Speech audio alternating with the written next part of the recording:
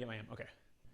Welcome to the Capital Gains Tax Solutions podcast, where we believe most high net worth individuals and those who help them struggle with clarifying their capital gains tax deferral options. Not having a clear plan is the enemy, and using a proven tax deferral strategy such as the Deferred Sales Trust is the best way for you to grow your wealth. Hey, I'm your host, Brett Swarts, and each episode I am joined by some of the best real estate minds, financial and wealth advisors in the world, where they share their ideas, deal stories, and inspiration, so together we can make complex tax deferral strategies simple and passive income plans achievable. Hey, I am excited about our next guest. He is an expert when it comes to all things real estate brokerage. In fact, he was a part of one of the fastest growing Keller Williams offices in their history here locally, where I kind of grew up in Roseville, California. And a funny little fact here, before I joined Marcus and Millichap, I was actually at Keller Williams for a short stint in residential, working for a gentleman in that exact office, and I had met Don. And so fast forward, he is now he's expanded over 10 offices, and then he's moved to eXp, which we're also going to talk about here a little bit as well. But we're really going to dive into his story and get to know him a little bit more. So please welcome Don Yoakum to the show. Hey, Don, how you doing? Awesome. Thanks, Brett. Good to see Hey, you. excited to have you on the show. Thanks for joining us. And so, would you give our listeners just a little bit about your background, a little bit more about your story there with the brokerage, and then your current focus? Sure. Well, first of all, when people ask me to tell my story, I will typically start it with having competed at an international level in windsurfing. And the reason why I do that is because the disciplines that were required in order to be competitive at an international level are disciplines that I've carried into business and specifically real estate. And so I was a three-time national champion. I was on the Olympic team for 3 years as well. I actually did not go to the Olympics in '84, which I know dates me a little bit, but I also, I turned professional at that time and was a professional until 1990. I had a wonderful career, traveled the world, actually did win one world title, and got to see a lot of our amazing planet and meet and compete with some world-class people. And I got into real estate in 90. Well, I actually technically got in '89. My first full year was 1990, and did well. I closed 51 deals my first full year in the business, which was '90. I did that in Sacramento, California. And I really enjoyed selling real estate. It was great. Although I would say my timing was interesting because we entered into a recession in Sacramento during that time, closed 3 military bases, and the inventory actually climbed to 18 to 24 months. So it was a time where actually values were going down. And I was a listing agent, and so I made a big career out of selling expired listings, properties that others couldn't sell. And that worked for me. And then, I will tell you though, maybe it was a combination of the prices going down for so long and working really hard as I was. I was one of the top agents in the Sacramento metro area. I got burned out actually. And so I joined a tech firm that was trying to enable a connected web-based transaction, which, that was right at the dawn of the internet, 95, 96. And what was cool about that was I got some corporate sales experience. And I had, of course, previously I had a marketing company before getting into real estate. And when I got into real estate sales, of course, that's business to consumer. Now I was doing more of a business to business communication, which was a wonderful experience. And that company got sold and to Aquin Financial. I had a little bit of stock, but nothing of great consequence. Then I took a role as a regional manager at a title company and led a really dynamic team there from 98 to 2000.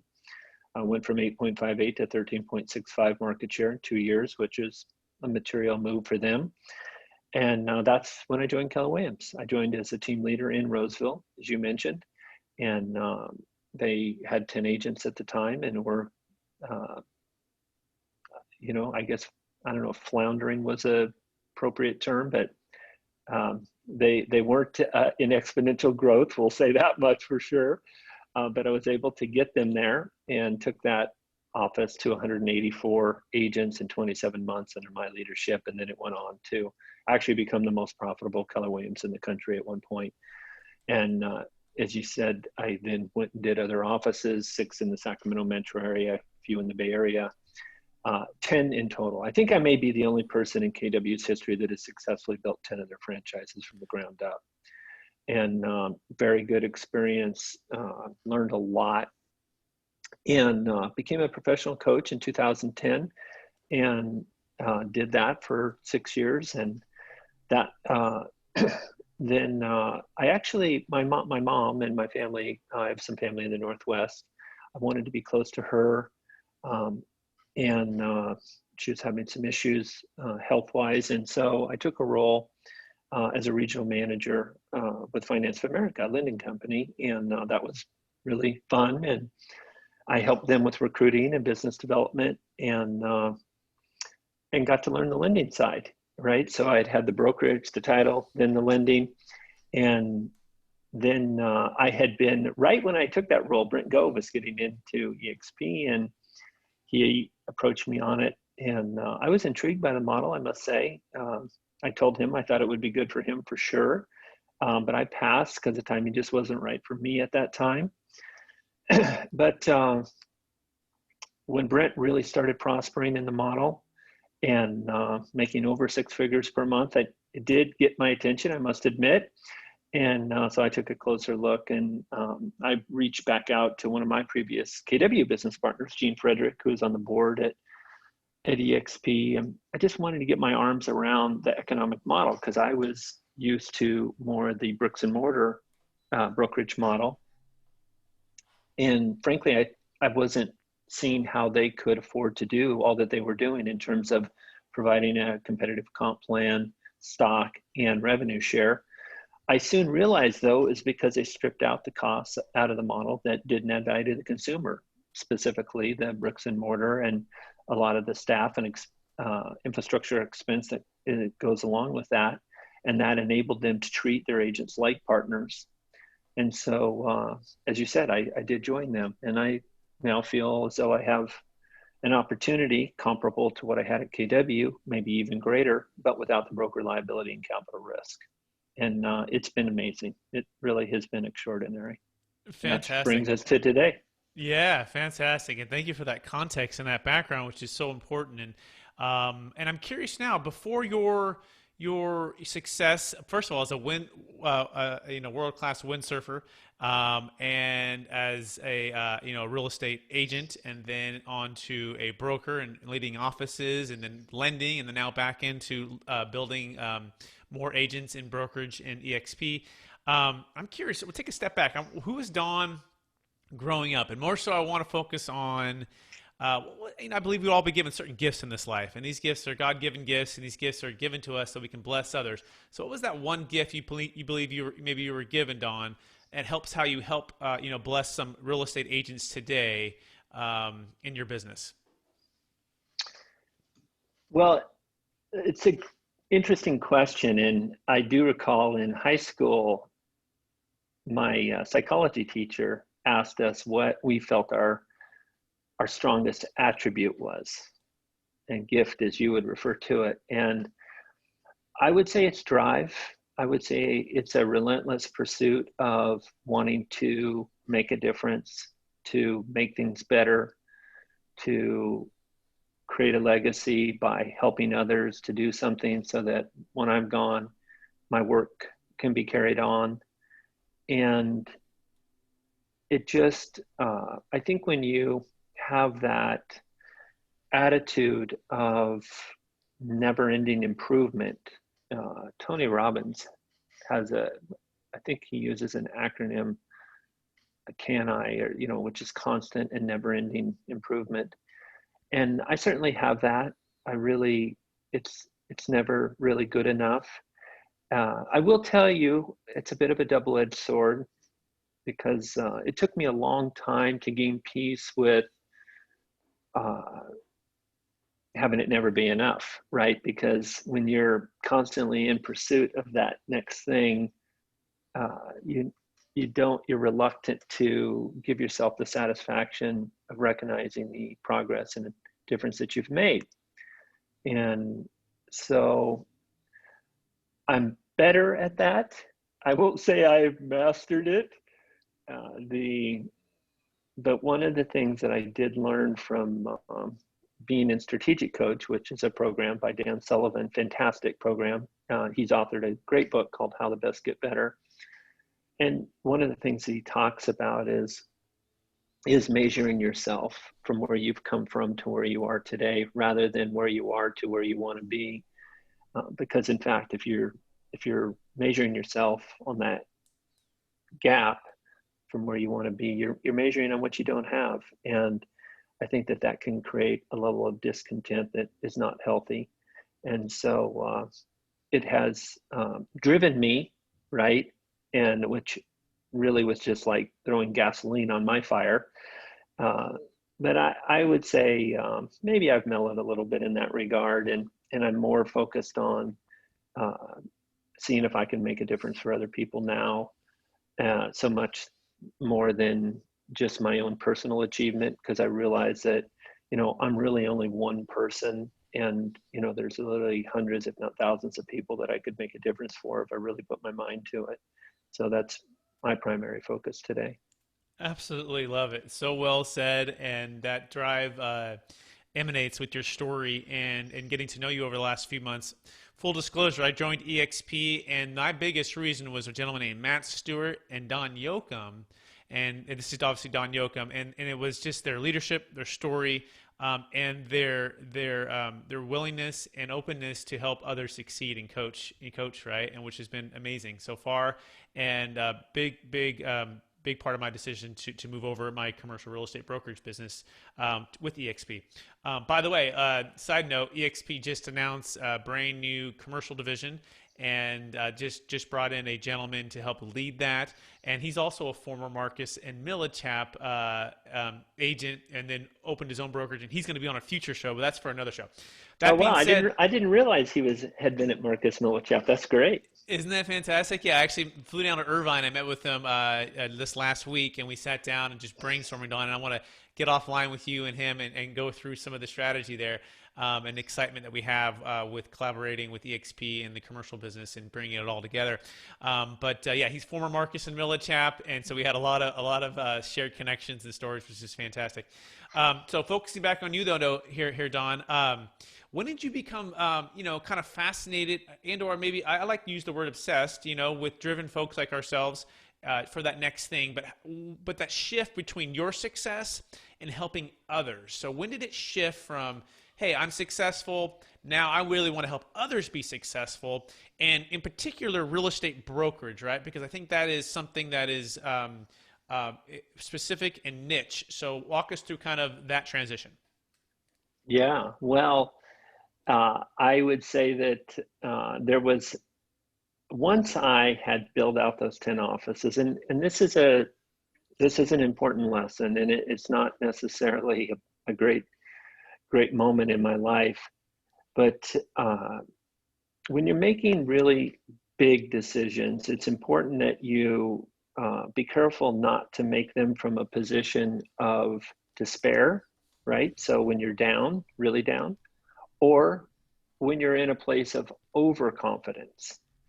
And so one of the things that happened to me during the early 2000s, we were having literally a bonanza in real estate. But in my world, it was like I was in the river going with the current, and I was paddling, right? I mean, I was really the top of my game and the top of my industry, one of the top brokers in the country.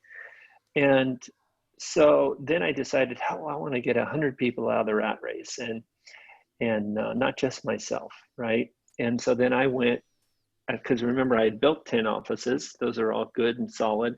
Then I chose to purchase with some other folks 21 offices, and 14 of those needed turning around. Okay, now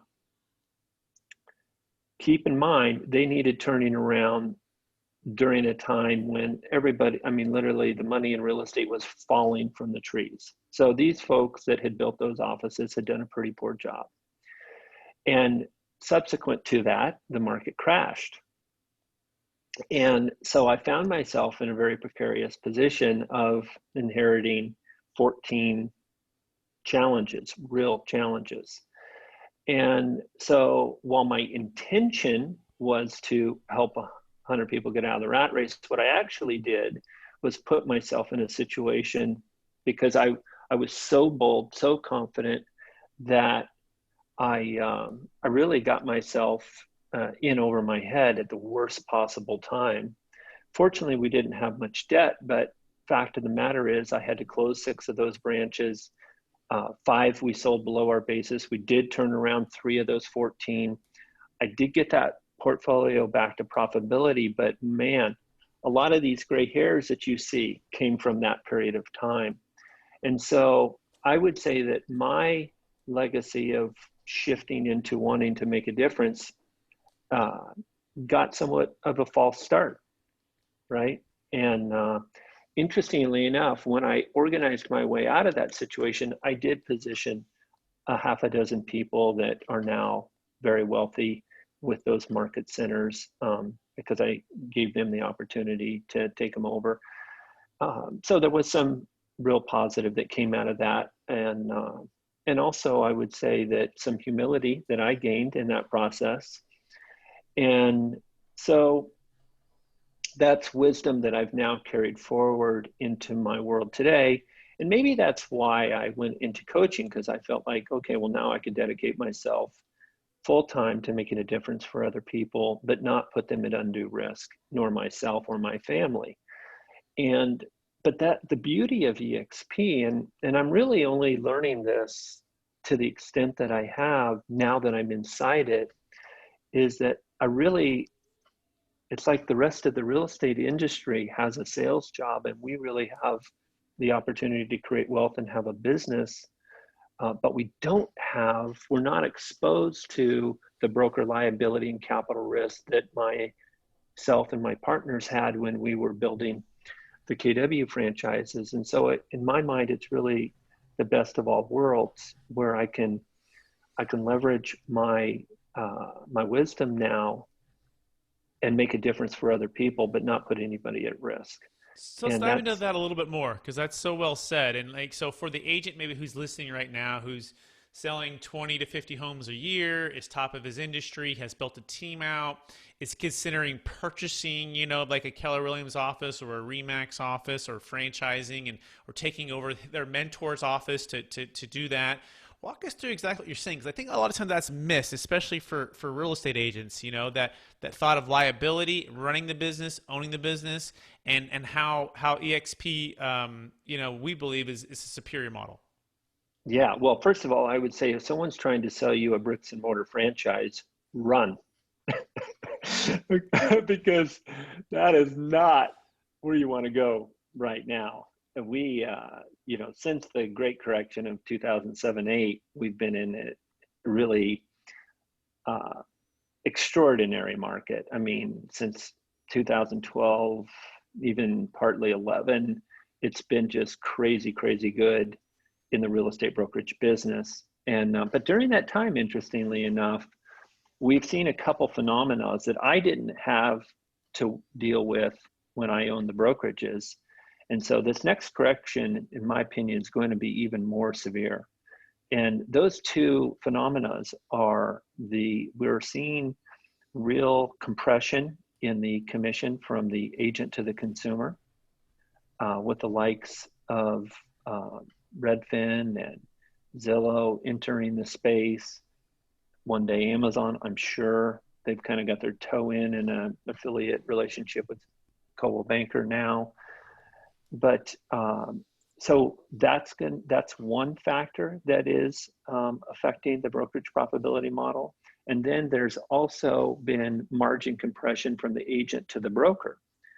The agents are getting a better and better deal, even though they're not offering stock and revenue share like eXp does. They're offering a more competitive commission. And so it's basically squeezing the profit out of the brokerage model. The only thing that has those bricks and mortar brokerages still standing is the fact that we've had this crazy market with historical low interest rates. And so once that market cycles, and we're actually frankly overdue for a cycle shift, it's going to be that nominal profit that they've been enjoying will become more nominal, and in some cases, probably not a profit. Yeah, so well said. And being that you've seen the booms and busts through multiple cycles, through as a realtor, as a owner and operator of franchises within Keller Williams, and have grown those, buying some that went through the bus, having to bring them out, I can't see somewhat of more wisdom to help share that. And I just think it's so missed. And so thank you for sharing that. By the way, small deal. I think one of the offices you had in Palo Alto, we just closed a deal last week for the Deferred Sales Trust for an $8.3 million sale. He happened to be one of the gentlemen, I won't share his name for confidentiality, but who was as a part of your team. And Yeah. he used the Deferred Sales Trust to defer taxes. And this is part of how we also connected as well. So just a little small story there. By the way, the Deferred Sales Trust works for primary homes, if you don't know that. Primary homes do not work for a 1031 exchange. In case you're interested, you can go to capitalgainstaxsolutions.com to learn more about that. So now let's shift a little bit here. What's maybe the biggest mistake you're seeing in general right now for real estate professionals? And maybe you can talk about just the preparation for the change of this environment, right? From going from a really hot market, low interest rates, and due for a correction. What's the one thing you're saying? Hey, do this right now to grow your real estate, market share. What would you say that is? On the agent level, in a personal productivity perspective, I would say that the majority of agents are too geographically dispersed. And so they have not built a dominant market position that allows their marketing efforts to be magnified. It's kind of like they're 6 inches deep and a mile wide, so to speak. That does a couple things. One is not only do they not get a magnified effect from their marketing, but from a time perspective, it really is challenging. From an expertise perspective, it's also hard because you're trying to learn new markets all the time. And the consumer, while trust is their number one hot button, local market knowledge is their number two. And so I would say lack of focus is definitely a component that is prevalent among the agents. The other is not enough proactive action in pursuing listings. We have a very tight inventory situation in the majority of the country right now. And there's just, the agents are not doing enough to go out and get listings. Listings right now are gold. And so there should be more action taken in that regard. And so those would be two short-term sort of, I guess it's a combination of tactical and strategical, and then long-term, I would say that they're spending what they make, and so they're not investing into passive income vehicles at the level that they would need to in order to have a retirement with some dignity and a reasonable amount of time. And so they stay on the treadmill, and they have to get up. And, as a real estate agent, we're essentially unemployed after the closing of every deal. And unless you're taking a portion of that income, maybe putting it in a self-directed retirement account and then investing into cash flow vehicles from that, or you're buying property, you end up forever on that treadmill. And so whether it be notes or real estate or joining an organization like eXp that offers a revenue share opportunity, they've got to do something so that they're on, put themselves on a trajectory so that at least at one point they don't have to retire, but at least having the option of doing so would be what I would say. Yeah, great answer. Thank you so much. So much wisdom right there.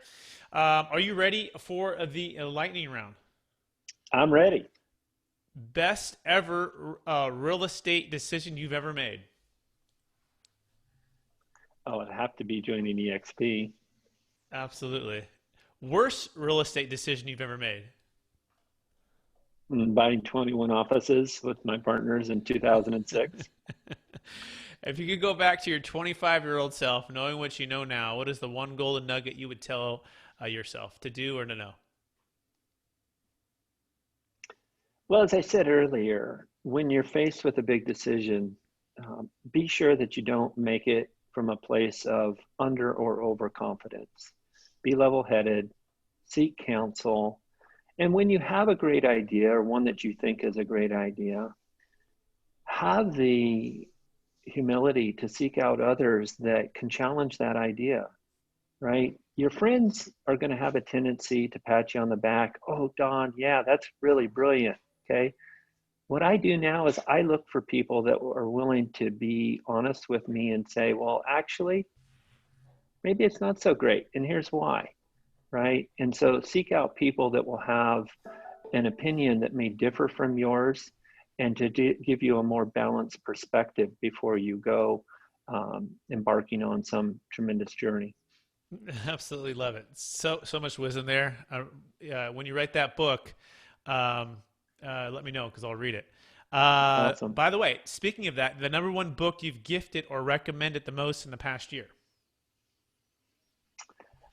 Atomic Habits by James Clear is the one that I've given the most, although there's so many amazing books. My son and I are I'm rereading the 7 Habits of Highly Effective People right now with him, which is a classic, timeless classic. But yeah, I think the Atomic Habits probably is the one that resonated with me the most. He has a great quote in that book that says, "You will not rise to the level of your goals, but you will fall to the level of your systems and process." And I really believe that to be true, and working harder to attract people in my life that are really good at that execution piece of the puzzle. I've got plenty of drive and vision, and so it's important that I surround myself with equally great people to integrate my ideas into a system and process that can be efficiently run and implemented. Beautiful. Love that. What are you curious about right now, Don? I'm curious about what's going to happen with the market. Uh, as I mentioned to you, we are overdue for a correction. The Fed in 2018 started stepping up the rate, and we saw the correction coming at us pretty hard. It spooked them, and then they reversed course, and then they've been pretty much lowering the rate since then. And that has kept the market kind of inching along.